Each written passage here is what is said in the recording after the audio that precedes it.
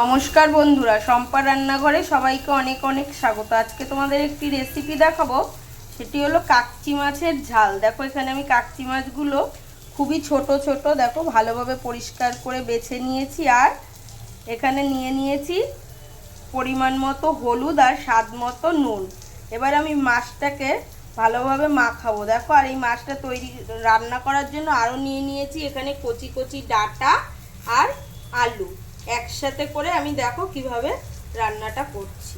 পরিমাণ মতো দেবো কাঁচা লঙ্কা বাটা, দিয়ে দেবো দুটো টমেটো, কেটে রাখা ডাঁটা আলুগুলো সব দিয়ে দেবো পরিমাণ মতো কাঁচা সর্ষের তেল দিয়ে এবার ভালোভাবে মাখিয়ে নেব।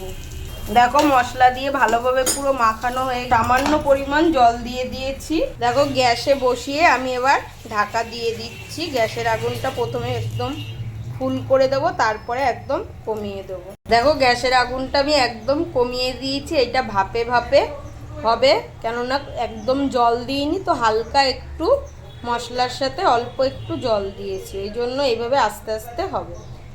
দেখো আবার একটু উল্টে পাল্টে দিয়েছি, আরও একটু সিদ্ধ হবে আলুগুলো, তার জন্য আবারও আমি একটু ঢাকা দিয়ে দেবো এইভাবে।